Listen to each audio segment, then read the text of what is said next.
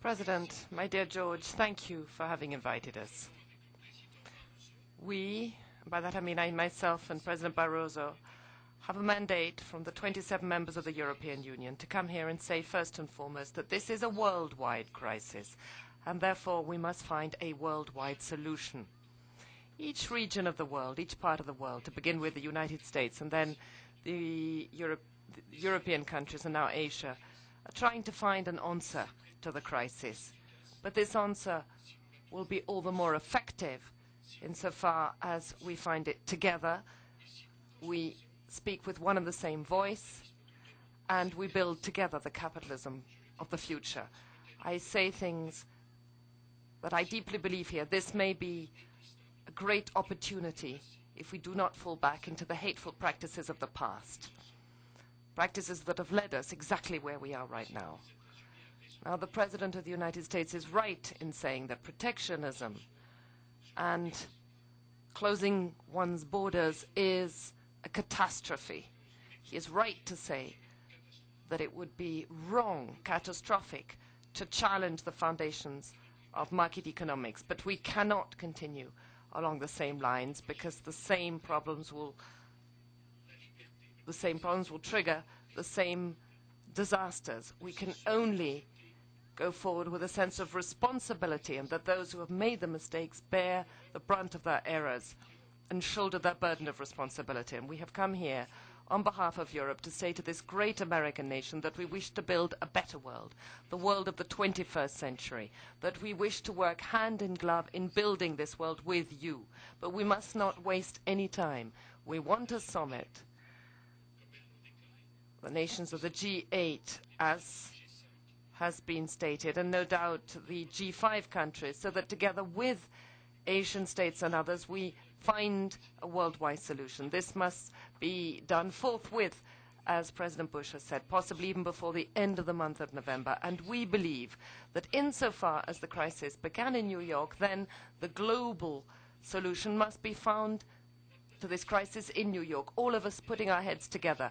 We must look on the fundamental rules that will apply to this 21st century of ours. We live in the 21st century, but we continue to abide 20th century rules. Hedge funds cannot continue operating as they have in the past.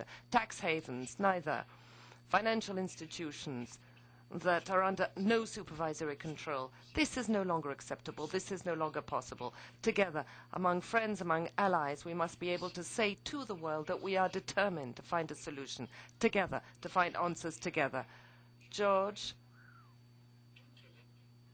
my friend, together with José Manuel, myself, we speak with one and the same voice.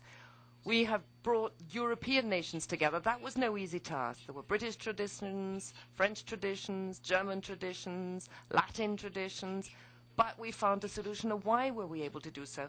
Quite simply because this is such a serious crisis. It is such a systemic crisis. And it is on that note that I wish to end. Why must we make haste? We must make haste because we must stabilize the marketplace as swiftly as possible by coming up with answers.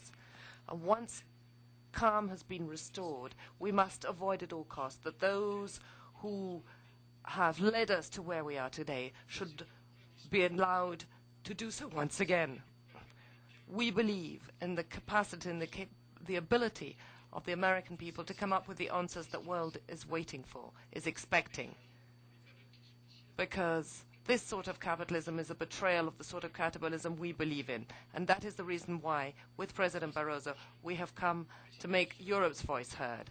And next week we will be chairing the Europe-Asia Summit and get across the same message.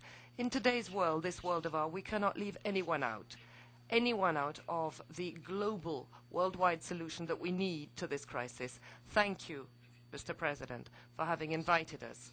Thank you for using your term of office right up until the very end to help the world find the answers to a crisis that we must contain. We must not give way to fatalism. George, thank you for receiving us here at Camp David. This is a global financial crisis that requires global solutions. Europe is taking decisive action. Our 27 member states and the European Union institutions have worked and have agreed this week on a common framework for their actions to deal with the financial crisis. This includes measures to address liquidity in interbank markets, recapitalization of banks, and guaranteeing households' deposits. Coordination and consistency of countries' decisions is the way to secure an efficient response to these unprecedented challenges. For these unprecedented challenges, we need an unprecedented level of global coordination. The European Union and the United States account for a very significant share of world finance. Around 77% of world wholesale finance is from the United States and from Europe. We Europeans and Americans must now join efforts and extend our cooperation to major developed and emerging economies. We must act swiftly to respond to the urgency, but we must also look forward at the medium and long term. The international financial system, its basic principles and regulations, and its institutions need reform. We need a new global financial order. Together, the European Union and the US, we can make the difference. Together, we should show the way towards an international response to the financial crisis and contribute to global growth. This is why Europe wants the calling of an international summit as soon as possible to launch an effective world response to world crisis. It's precisely because we believe in open societies and open economies. Open societies need rules, the rule of law, the rule of democracy. Markets also need rules, if possibly commonly agreed rules. And as President Sarkozy just said, we'll be this week also in Beijing for the ASEM summit, where we hope to engage also other partners around this very line. Addressing the financial crisis must go hand in hand with providing our enterprises and citizens the conditions for creating wealth and jobs. I really believe we have a very strong responsibility. Thank you very much for receiving us.